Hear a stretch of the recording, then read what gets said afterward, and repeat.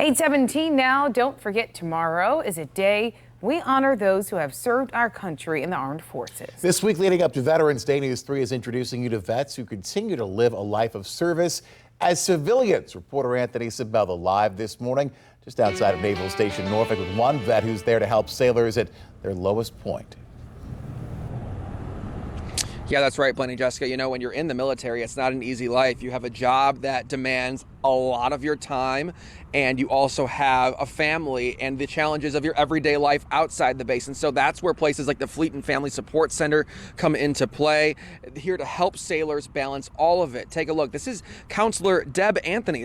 She works inside here. She's part of a team of licensed clinicians offering treatment in the form of counseling, case management for abuse cases, and crisis response. So if there's a death on base, for example, she's one of the first to respond and help witnesses or people close to the person who died.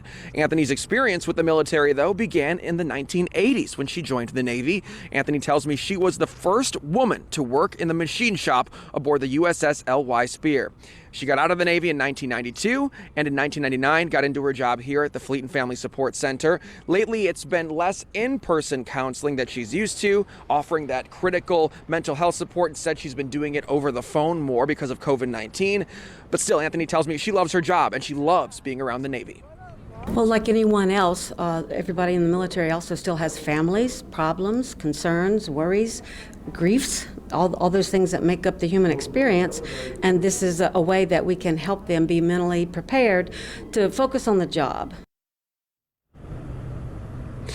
Now, I mentioned crisis response as part of Anthony's job. Early in her career, she responded to tragedies like the attack on the USS Cole and September 11th. More recently, she actually lived and worked over in Bahrain for some time doing the same job, but also she was a radio host over there on the Armed Forces Network. She hosted an hour-long segment where she was called Ask the Therapist. So she kind of delivered her expertise to all the folks who were overseas there, which is really, really cool. She returned home in March back here to the center, and she just loves her job. Another example of a veteran turned civilian who's still finding a way to serve their country. Always great to tell these stories, and we actually have one more of these stories we're going to tell tomorrow morning on News 3 this morning for Veterans Day.